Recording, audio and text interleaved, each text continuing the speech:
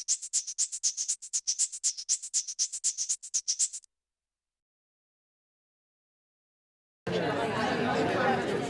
everybody, we're at 11:45. It's time to kick this off. All right. Good morning, everyone, and welcome to City Club Missoula's March Forum on the economic and ecological impacts of Missoula area rivers. I'm Alex Karklins. I have the great privilege of serving as chair of the City Club Missoula Board of Directors for this year, 2025.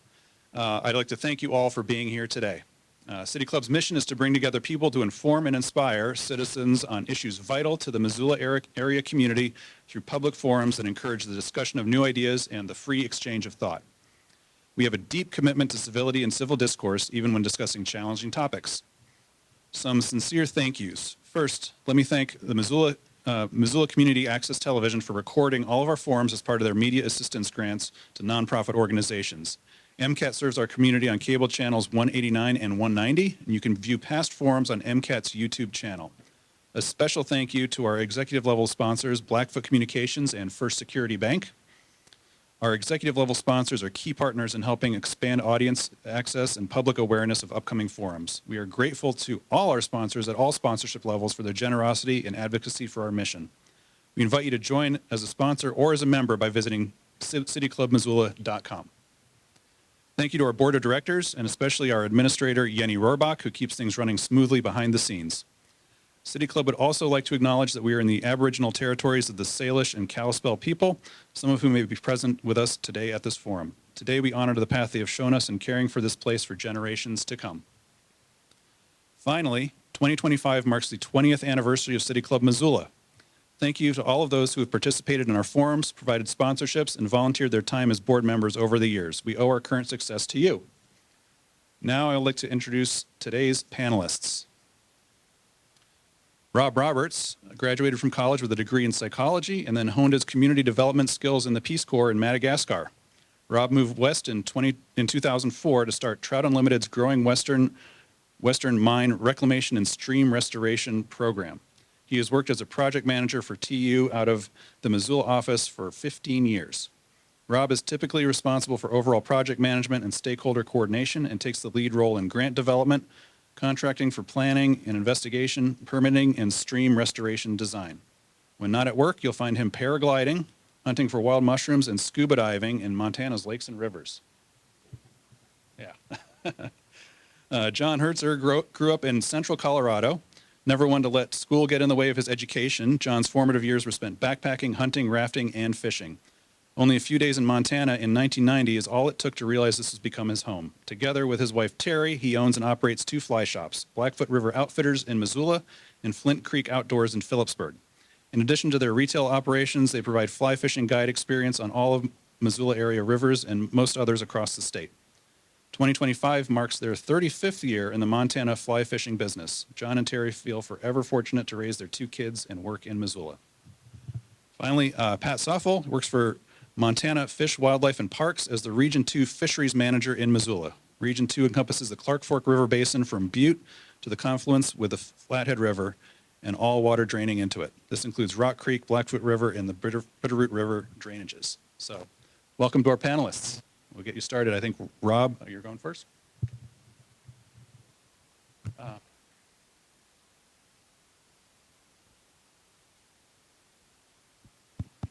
You guys hear that? How's that?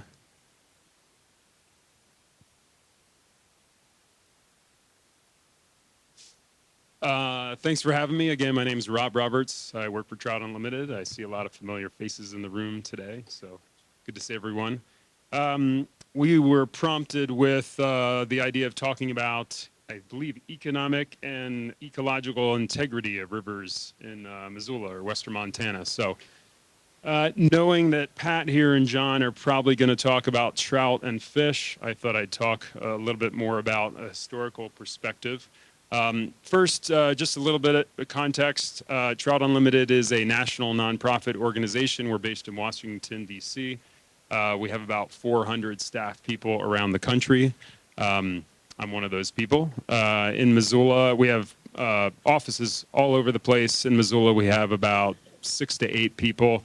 I'm a senior project manager. What that means is I develop partnerships, collaborations with government agencies, state, federal, local, industry, private landowners, and basically try and put projects on the ground that improve fish populations, improve watershed health, increase water efficiency. Pretty much you name it, if it happens on a river, we've probably done it. Everything from mine reclamation to dam removal to working with irrigators and farmers to improve water efficiency and other practices. Most recently, I worked on the Lower Rattlesnake Dam removal here in Missoula, and I'm working on several of the major irrigation districts here in town as well. And so that kind of leads me to what I wanted to talk about a little bit here and just kind of set up what these guys will probably talk more about. I know we only have a little bit of time. But if you talk about rivers here in Missoula today, probably what you think about is fishing, angling, tubing, boating, all these fun things. But you go back 100 years ago, it was not quite the same. As you can imagine, people here thought about rivers in an entirely different context. The Clark Fork River specifically provided irrigation water to all of the farms and agriculture that was happening in this little valley.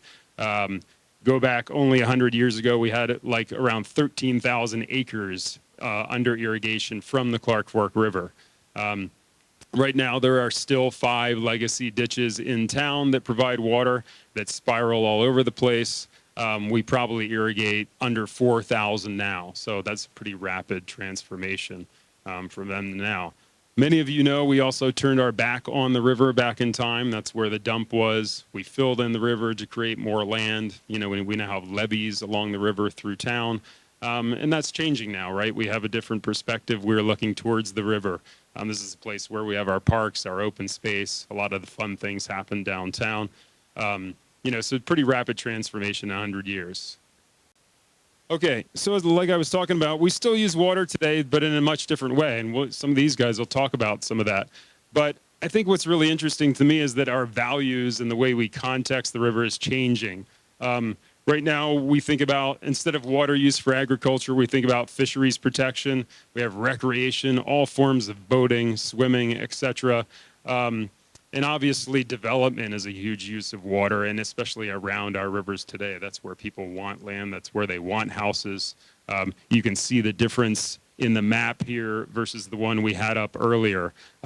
We still have irrigation ditches, surprisingly, that spiral through all this web of development through all these houses and communities, and that's an increasing challenge for people to provide water moving through that landscape. And I think that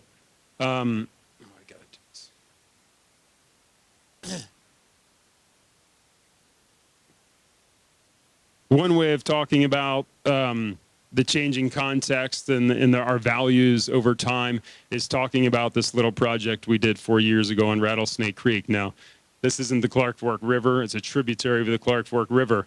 But the dam on the left was constructed in 1904, and this was the main water source to the city of Missoula for about 75 years. This is what supplied homes. This is what supplied mills, residences. This went over Waterworks Hill, right? This was a huge foundational element of Missoula, supremely important to the economy, to the people, and everything was happening. All you have to do is fast forward 100 years later, and we're removing it. We're taking it down. You know, that's a snapshot. That's a little glimmer in human time, 100 years.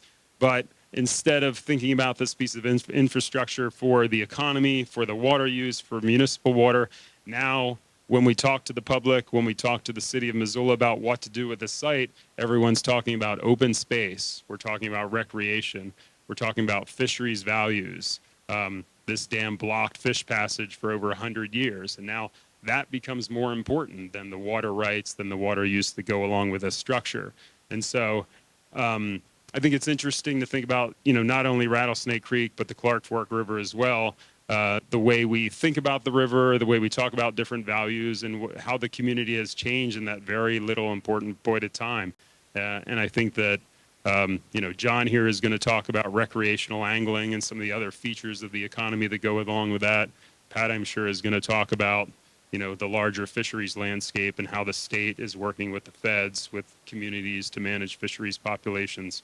And so I hope you guys have some questions when we have time after the presentations. Love to hear what you guys think about this, how this changing context influences not only what you do personally, but what you do in your businesses.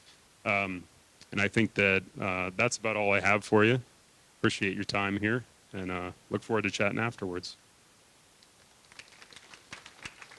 Just want to use this. All right, thanks. Next presentation.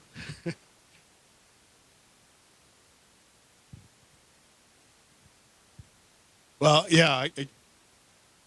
Oh. Okay. Well, yeah, the first thing I learned is I need to beef up my bio. You guys were a lot more expressive about your background. Where did you take the class? Yeah. Oh, sure. Yeah, that's great. Okay, so yeah, I'm Pat Saffel with Montana Fish, Wildlife and Parks. This first slide is of an electrofishing boat. So a lot of the things we do is monitor fish populations, and this boat helps us do it. So here's the electrodes that go into the water.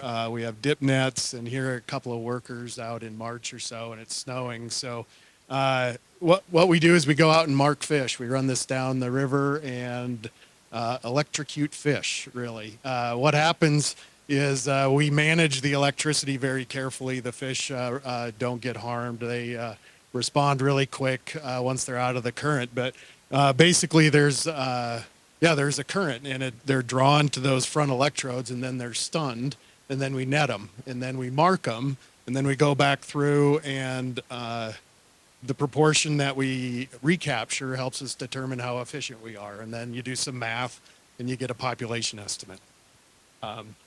Yeah, maybe I'll answer questions on that later, but go ahead, Rob. So yeah, we talked about the area I'm responsible for, and this is it. So Butte, Missoula, down to the Flathead River, and all water's draining into it. So I cover a large area, but I'm only going to cover a small piece of that. It's pretty representative of the area as a whole. But go ahead, Rob.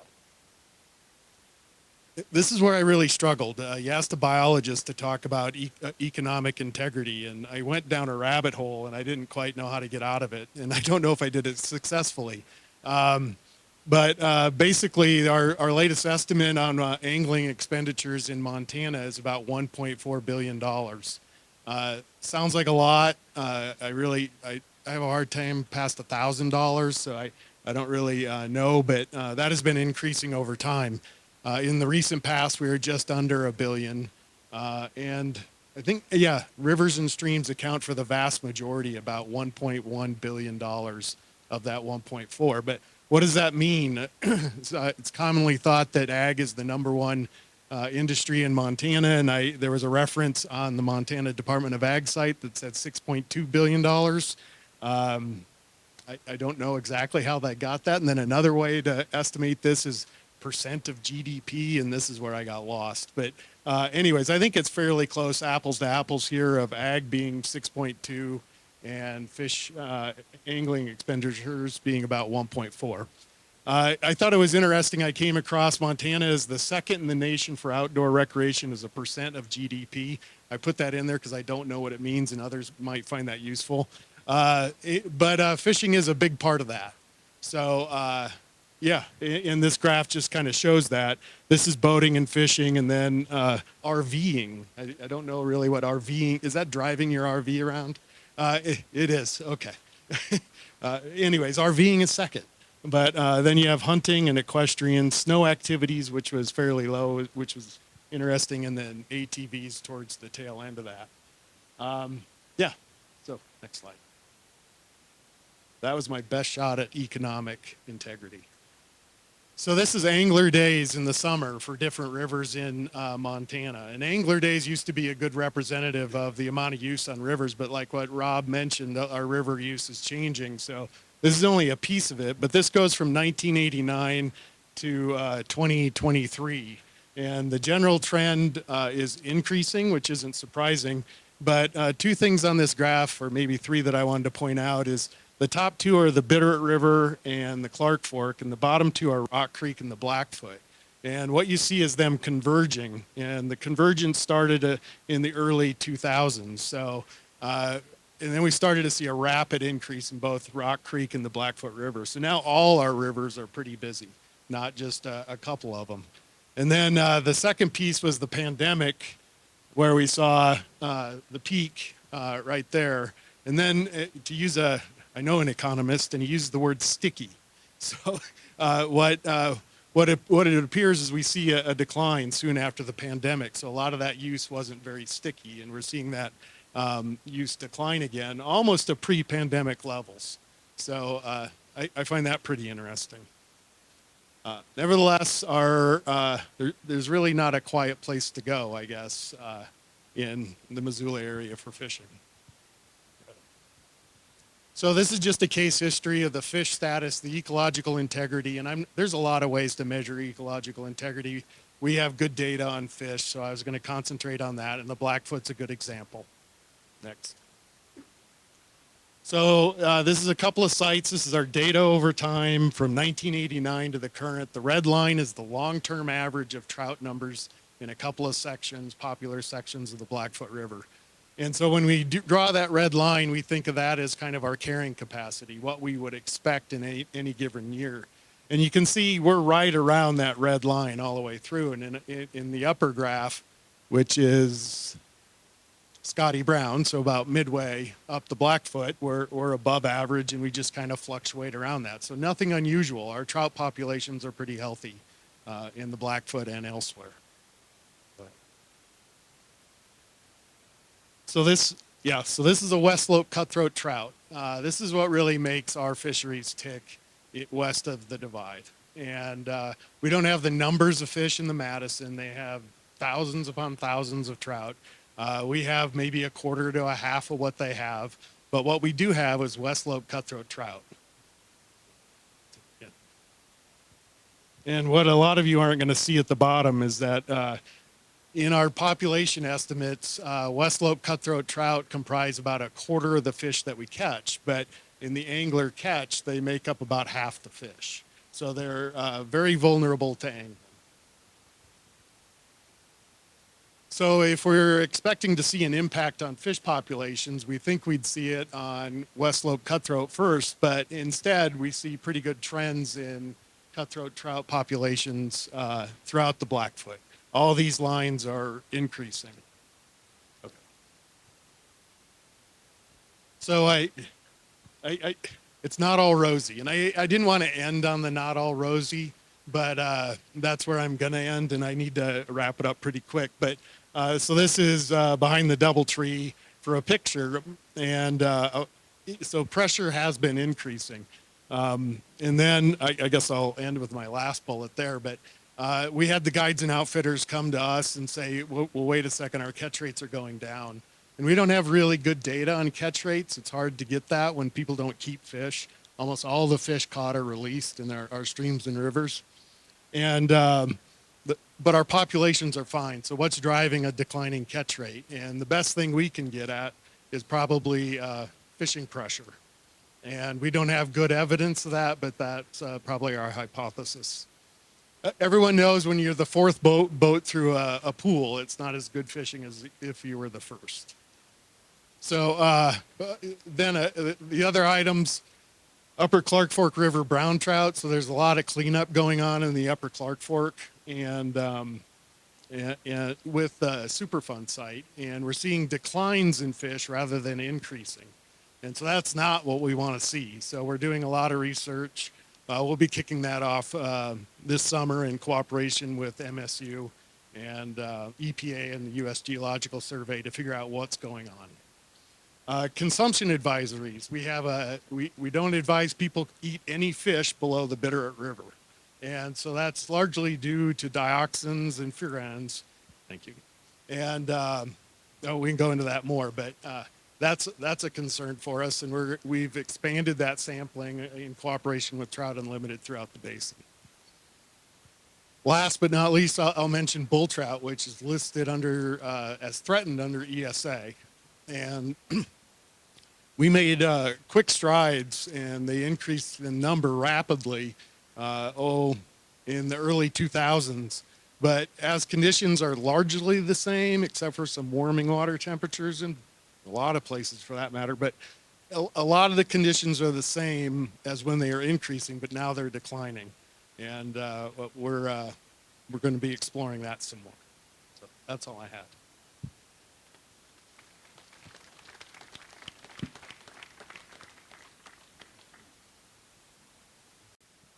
Is this on? Yeah.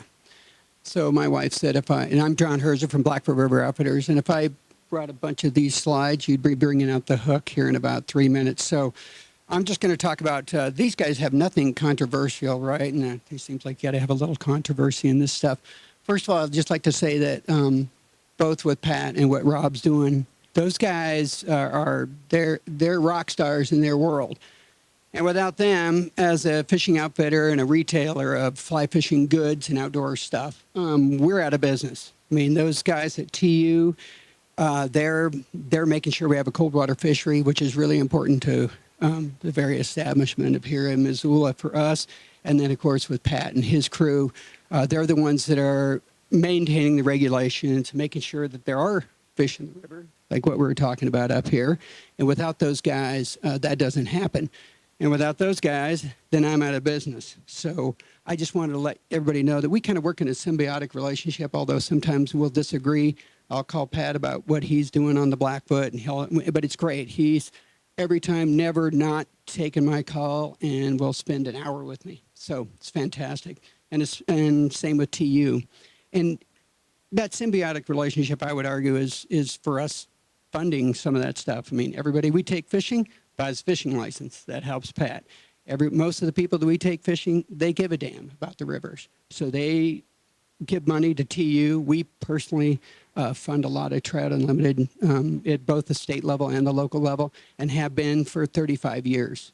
And we understand how important those guys are to the resources here.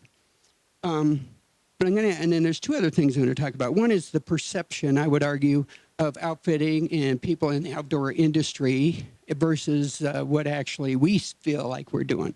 So first of all, there's a lot of private users. They see, first of all, outfitters like myself is making a living on a public resource, a free living. And I get that, right? So, I get to go down the river, somebody's working on a car every day and busting their butt. They see me floating down the river going fishing every day. So there's a perception that we make a living on the river and we don't pay for that. So that's one thing. Secondly, that we exploit the rivers, that we're using these rivers too much, and that even people that we sell boats to and stuff, and then that just increases the number of people. And there's some truth to that. Another thing is that, we disregard our impact on the water here in the Missoula area and all across the state, that outfitters don't really care about what they're doing. They just want to make a bunch of money and bring a bunch of people to the state.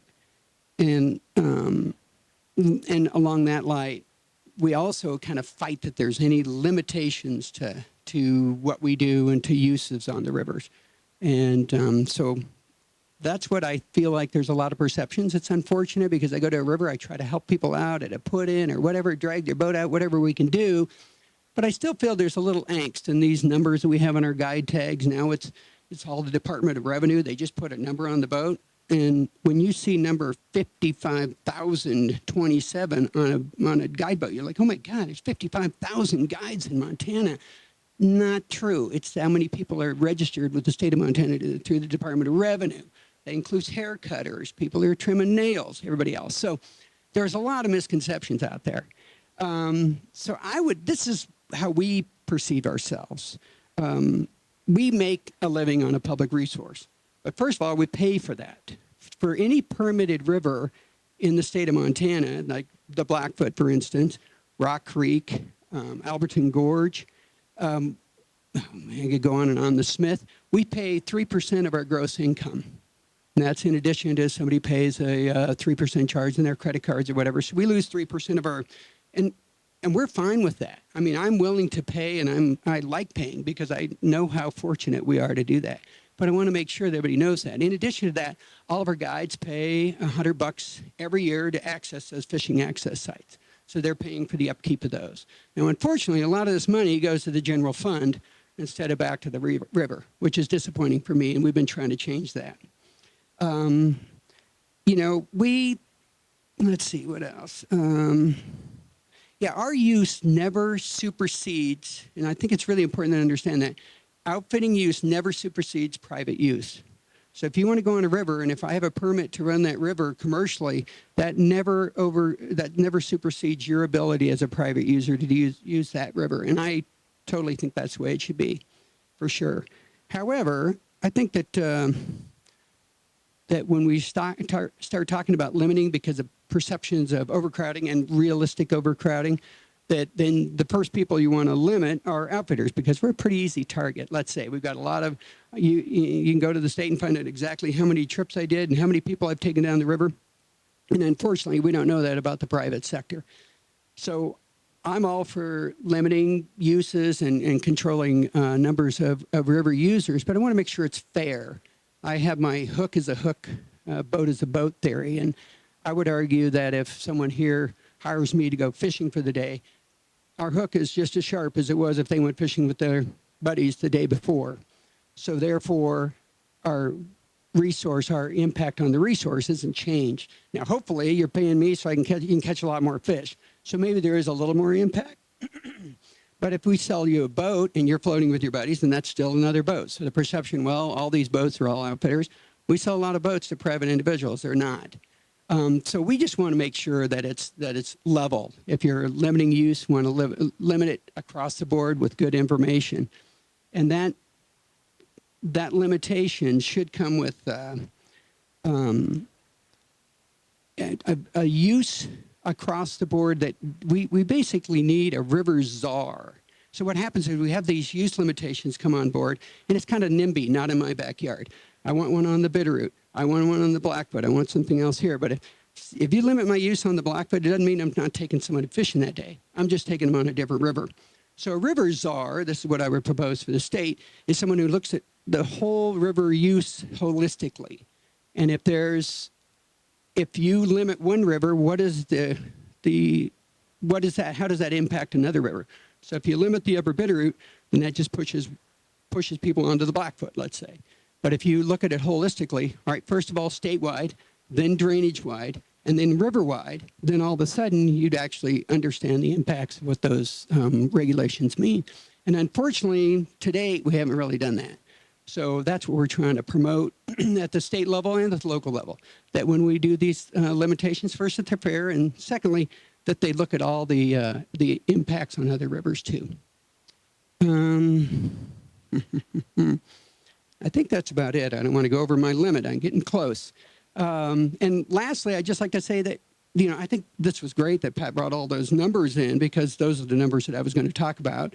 But we help the state out a lot personally. We bring in millions of dollars annually with our clients. So I think it's good for the economy. If you know somebody that's a restaurateur or hotelier, owns a gas station, anybody that works for one of those places, we support them on a daily basis. And I think it's important to know that. And I think I'm about time's up. Thanks for your time, and I'm looking forward to hearing your questions. Thanks.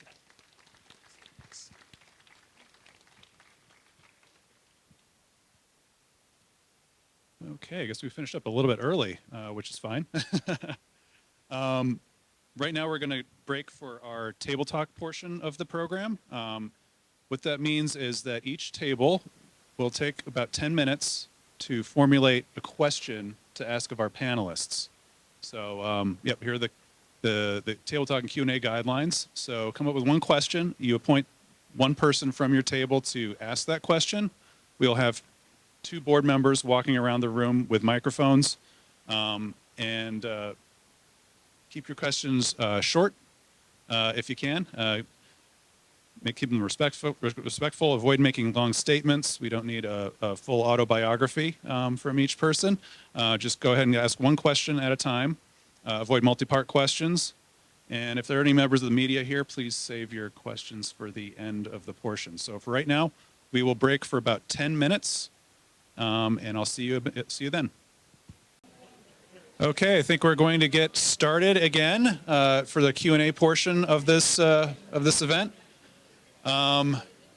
If you have a designated question asker, please raise your hand, and board members will come around to start fielding the questions. Okay? All right.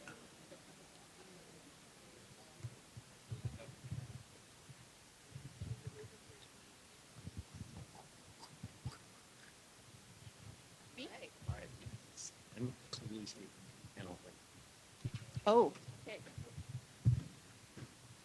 My name is Gwen Hoppy, newly retired art teacher. That's why I can be here during the day. Our group was concerned about the consumption advisory, and from that we have a three-part question. Three parts is not multi, is it? What is in the fish? Where did it come from? And what are you doing about it? What's being done about it? Thank you. Yikes. So dioxins and furans. Dioxins and furans can occur in low levels in the water, and it can be toxic at low levels. Dioxins and furans are produced by combustion as well as chlorine bleaching. When we first were sampling fish, it was in the area of Smurfit stone, and chlorine bleaching is consistent with paper mills. But we have since expanded that sampling, and because we couldn't implicate the former paper mill entirely, we just needed more sampling, some controls, and more spatial coverage. That data is being analyzed now, and yeah, so the combustion happens all over the place. So I guess we're trying to narrow down the scope of the pollution, and what can we do about it? From our standpoint, it is the consumption advisory. We're not telling people not to eat fish. I guess if I had to give a bad analogy, it might be cigarettes. We're not going to advise people to smoke cigarettes. We don't advise people to eat fish, but you're not going to die at the same time. It's a lifelong exposure, and the people that need to be concerned are folks with other ailments, or they feel they're might be particularly sensitive to the pollutant. So I don't know if maybe I covered it all.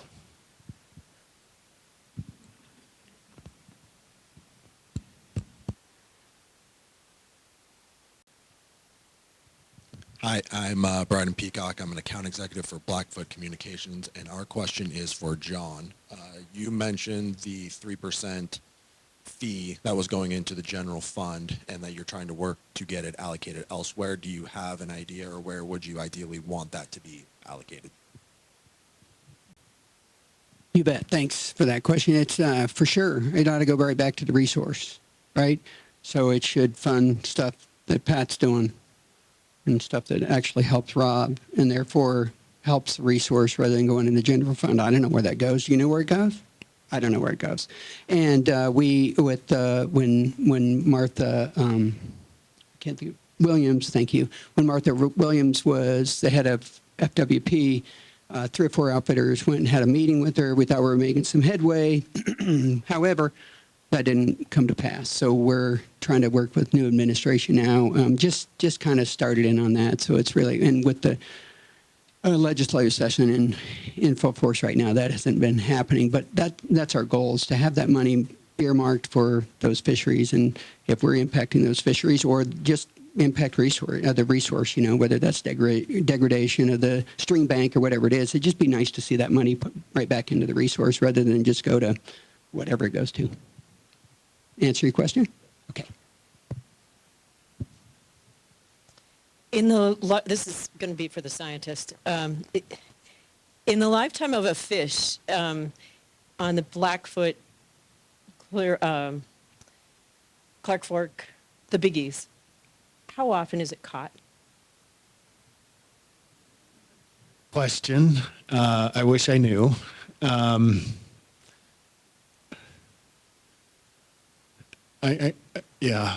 don't know the exact answer. I know in like Yellowstone, it was some of the cutthroat there were several times a year, and they're highly vulnerable. We have ways to estimate how vulnerable the different species are, and I'd say rainbow are about twice as vulnerable as a brown, and cutthroat are about 5+ times as vulnerable as a brown trout. So maybe up to 8. So the cutthroat, I think you're going to see them getting caught multiple times a year, but there's several things we don't understand on that. In some fish populations, not the entire population is caught and released. There's only a portion of it. But on average, yeah, I can't answer that. I wish I could. I want to right now, but I'd be speculating. I want to add to that. Okay. It's a bunch. Make no mistake, and we're part of that issue. I don't think for a second they were not. They get those cutthroat get caught often, and there's ways to mitigate that. You know, you're still. It's a weird thing what I do. We catch fish, we put them back. I don't want to go too deep on that in my own head because I don't know if that's right. Right? I mean, I make a living doing that. I love doing it myself, but I get that there's some deep stuff going on there. You're injuring these fish, but I think I'm the only guide service in Missoula that requires all of our guides to use barbless hooks. So, and I'm telling you, if you've used a barbed hook and you've used one that's not barbed, you can tell in an instant. I mean, it's just about fish handling, amount of time out of the water, how hard it is to get that hook out of the mouth. You even have a little tiny micro barb on that hook, and it is troublesome to get out. And then they get a lot more hook scarring. You'll catch fish with their mandibles tore up or something, and that's why I'm not a real fan of. If somebody wants to spin fish, I think that's great. And there are great spin fishermen out there, but using single barbless hooks, without a doubt, helps mitigate that. But some of those cutthroats in the upper Bitterroot, for instance, they get caught often. I would say multiple times a month. Yeah.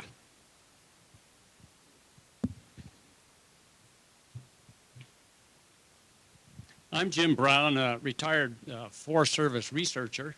So my question would be to anyone that wants to answer it is, what else attracts people to our rivers besides the fish? And I'm thinking about the riparian edge that's so important to all forms of wildlife, birds, mammals, reptiles, amphibians, and so forth. How much river use do you see from these other kinds of attractions?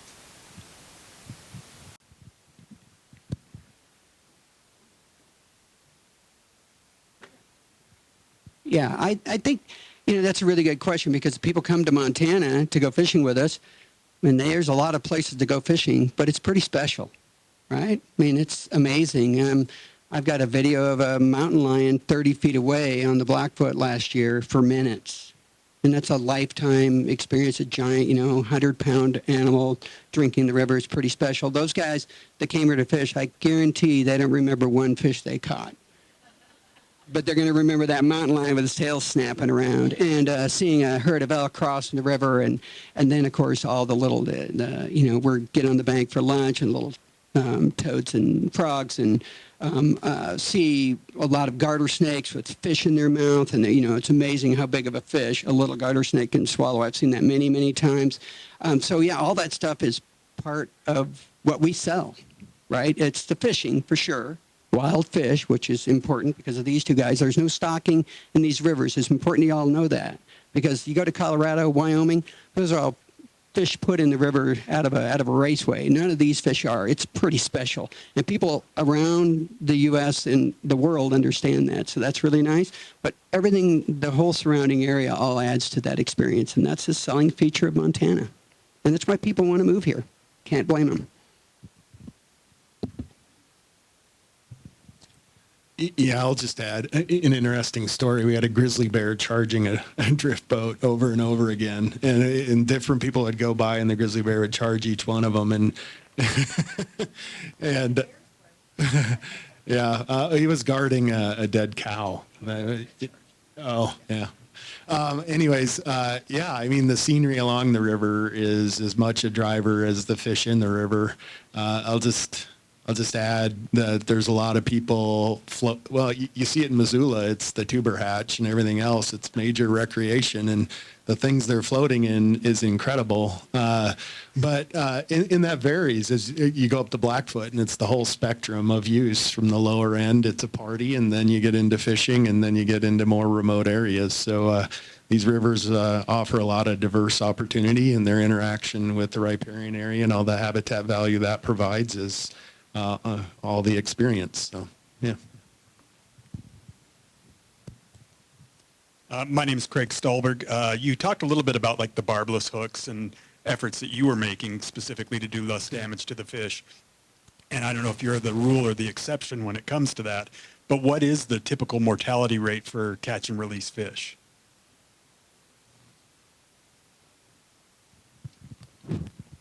He's more the rule. So when we go out and survey anglers, most of them don't know what the regulation is, but they're all fly fishing without barbs for the most part. I mean, when we surveyed in the Bitterroot, it was 70+% already single barbless hook. So the mortality rate on fly fishing is in the low 2 to 5%. Maybe less than 5 for sure.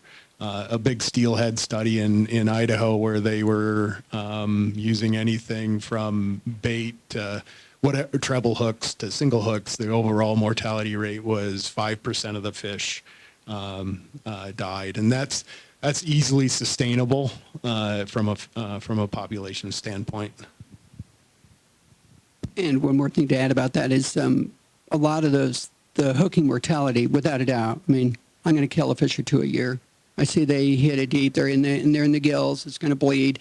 Trout can't recover from that very easily. I understand that. However, that's why like artificial lures and flies are really important, because when something eats a live worm, it goes down. It stays down deep, and therefore it's really hard to get out. So that's why when you hear people advocating for artificial lures and flies, and that's, there's going to be some people that fish a worm like you would fish a fly, and they can set the hook. But your average angler that's going to throw a heavy weight out there and leave it on the bottom for a while until the rod's bent over, then that's probably going to take that bait a little deeper than a fly that you would be setting the hook immediately after you had the bite.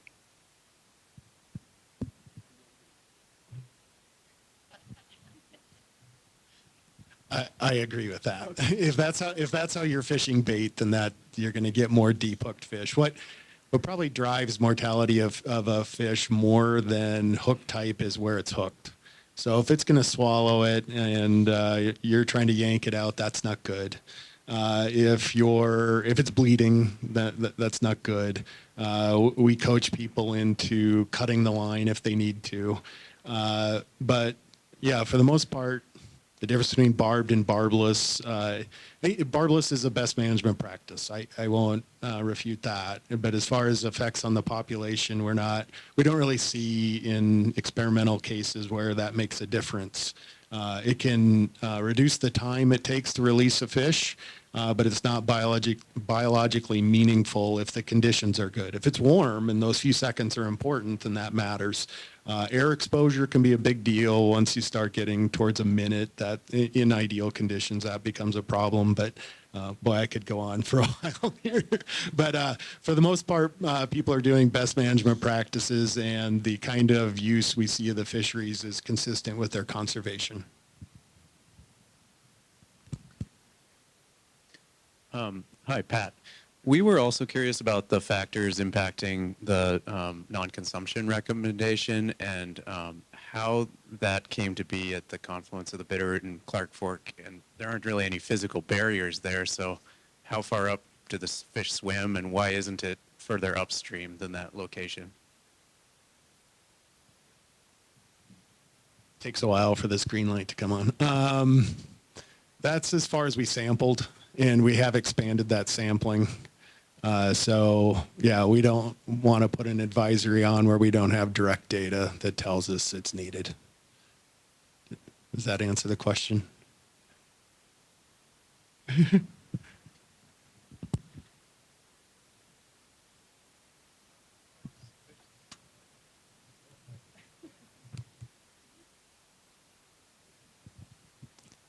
Yeah, I think the question is how far do fish swim in a day? It depends. Yeah, if you're a pike, you're not swimming real far. You're probably hanging out in the sloughs, getting washed downstream in the spring. If you're a trout, we've tagged trout at Thompson Falls Dam near Thompson Falls and retrieved that tag in the middle Blackfoot. The trout migrate a long ways. They're not salmon, but they do some pretty cool stuff. They need a lot of habitat.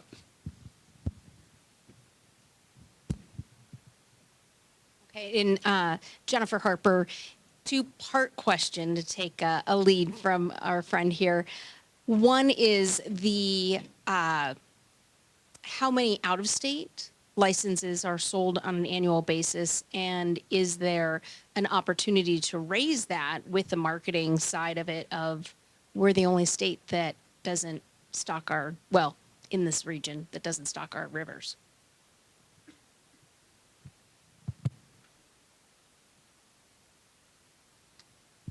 How many out-of-state licenses are sold? I don't have that on me.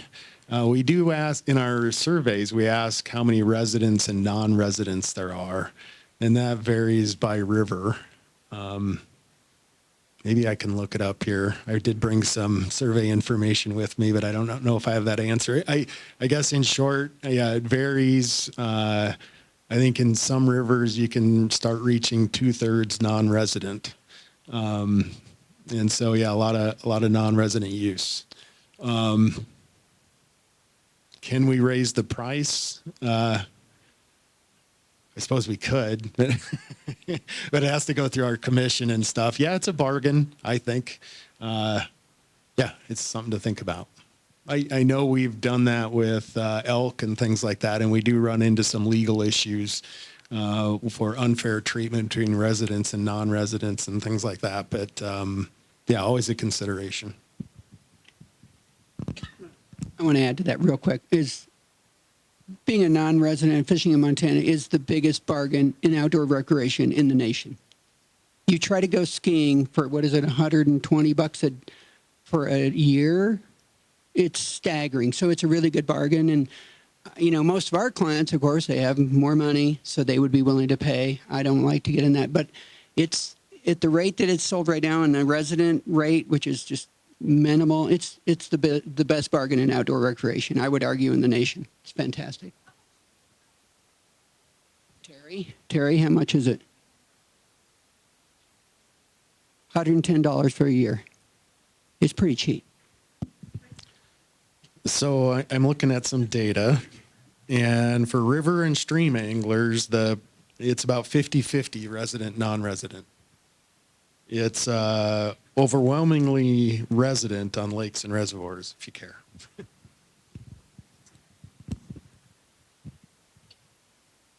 Hi, question for each one of you. Is the termination of federal employees impacting you, and how are you planning on managing that through this season?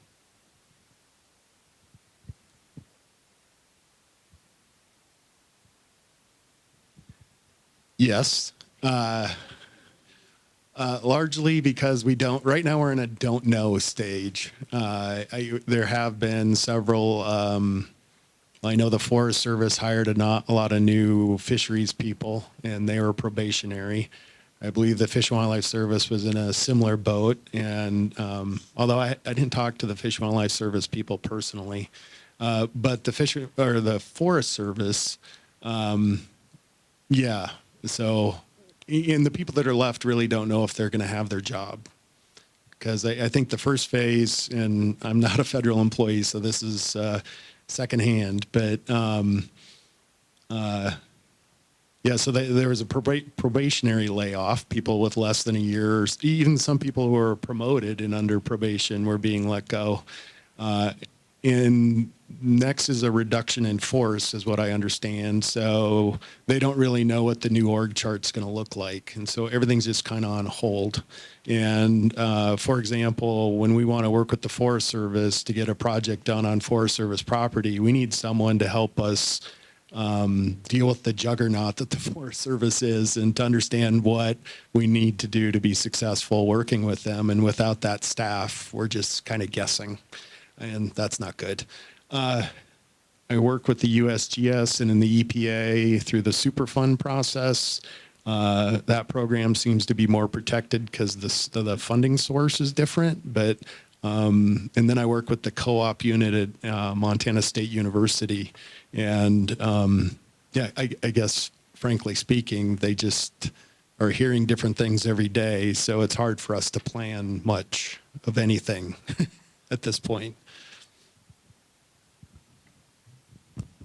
So in our case, when I deal with the federal agencies, BLM, Forest Service stuff, it's all in permitting and writing permits and getting those up to date. And so far, I haven't seen an issue with that, but time will tell. So far, you know, my interaction with them is much less than these guys, though. So far, I haven't really seen an issue.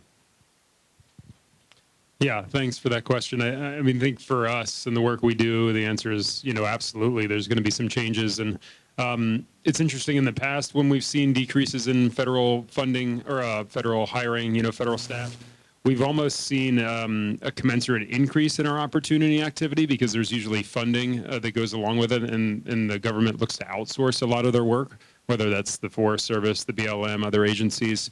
The difference this time is that we're seeing also our federal funding agreements either be frozen or taken away.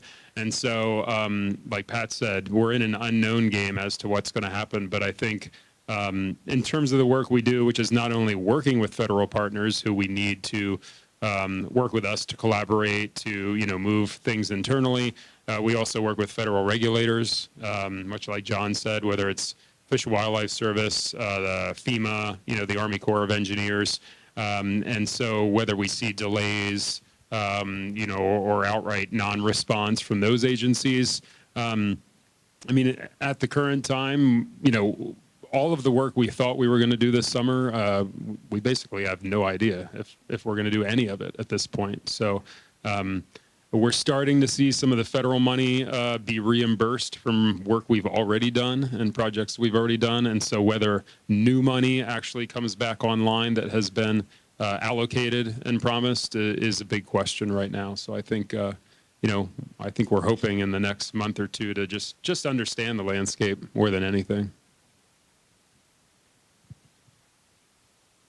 Call your reps, folks. I'm Eric. Thanks for the great conversation. Our table discussed the growing pressures on our rivers. And we talked a little bit about the pilot program on the West Fork of the Bitterroot that coordinated launches for guides, creating kind of certain sections that people can have certain expectations. And we're wondering how that program went, how it was received, and could that program be replicated on other pressures that are on other rivers that are seeing a lot of pressure right now?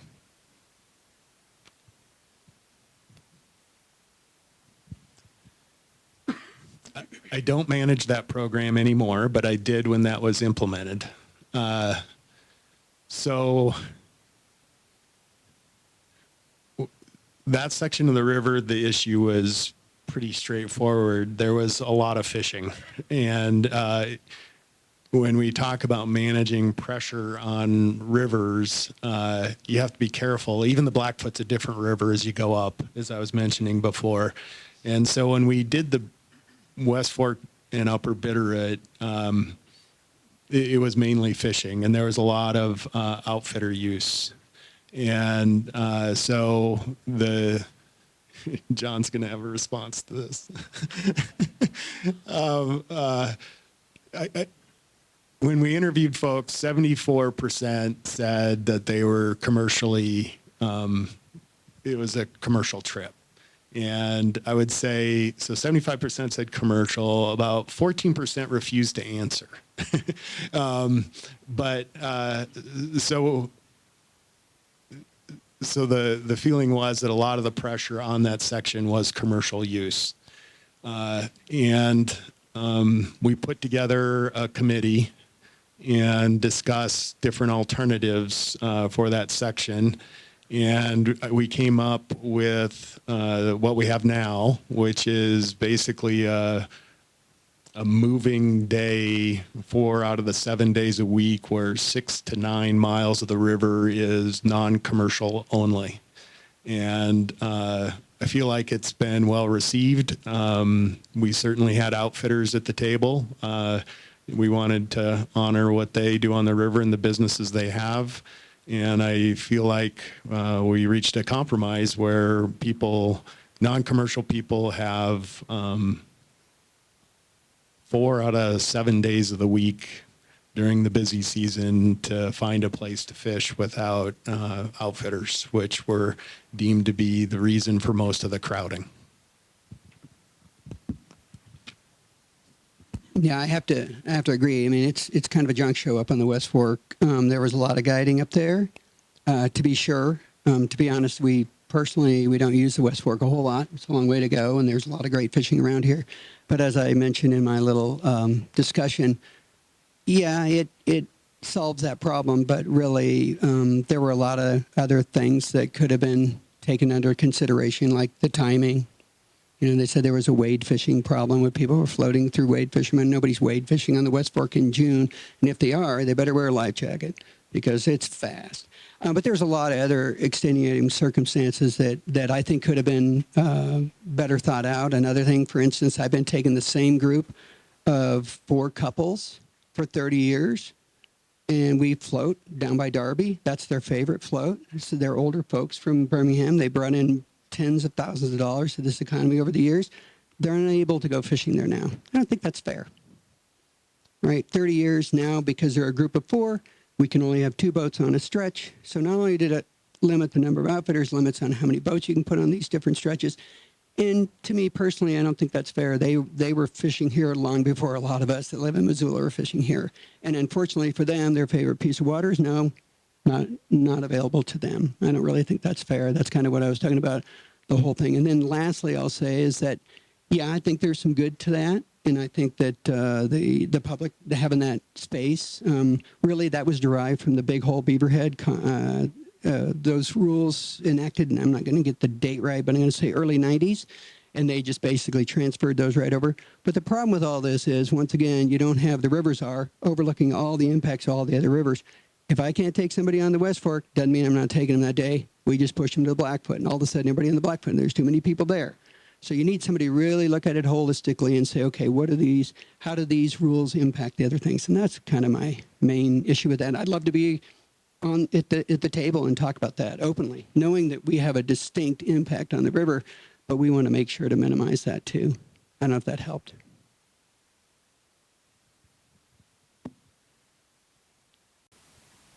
Hi, I just want to go back to the previous question about federal funding and personnel impacts. What is going to be, and this is a question for the Trout Unlimited, what will be the impact on your personnel in terms of layoffs if the funding is not restored and or federal employees are not reinstated that you need to get the work done?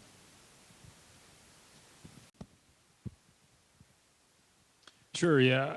I mean, I think there's direct and indirect effects from, the lack of federal workforce and the lack of federal funding. So, like I said, directly this summer will probably be much different from what we envisioned it. We typically put anywhere from $3 to $4 million on the ground as a crew here in Missoula for stream restoration projects, all over western Montana.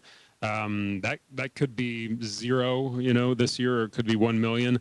I think it's safe to say that, almost every project we do has some sort of, federal funding involvement in it. It doesn't mean that federal funding is the major source, but it's often a source. And as you guys well know from the business world, if part of your funding falls away, then sometimes the project does too. So it's going to have a huge impact, just locally. And then indirectly, I think part of what you're getting at is, we're an organization of 400 people. Not all of those people do what I do. We have accountants, we have, lawyers, we have people who work in HR. And if we're doing 25% less work than we do all over the country than we do in a normal year, that's going to affect the rest of the organization. So, I think we and other groups, and probably even state agencies sort of rode a wave of, high federal funding over the last 4+ years. And now we're seeing that come crashing down. And I think that, we anticipated that there was going to be a decrease in the amount of money we were going to have available to do this work, but not this stark and this sudden of a decrease. And I think that, we're going to have effects to our organization, our partners. And, right now it's just a matter of how big that is and how we deal with it and how sort of quickly we have to react to that situation. Anyone else? Okay, one more question.